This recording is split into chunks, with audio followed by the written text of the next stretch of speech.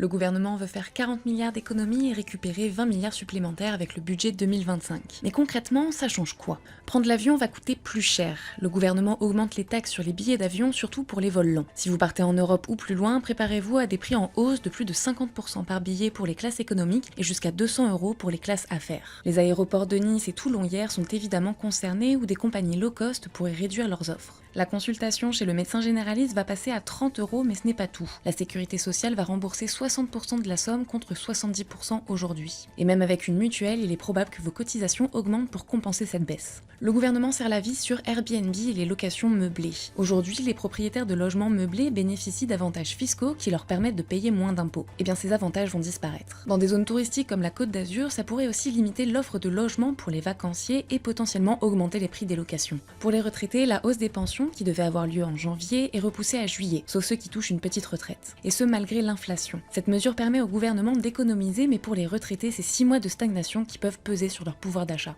Enfin, il y a une bonne nouvelle dans ce budget. Pas de hausse d'impôts pour les classes moyennes. Le gouvernement a promis de ne pas toucher à ces foyers. Donc même avec tous ces changements, votre impôt sur le revenu ne devrait pas augmenter. Mais est-ce que tout passera au Parlement? Difficile pour les élus de s'accorder. Comme l'année dernière, le gouvernement pourrait utiliser le 49.3 pour imposer ces mesures sans vote.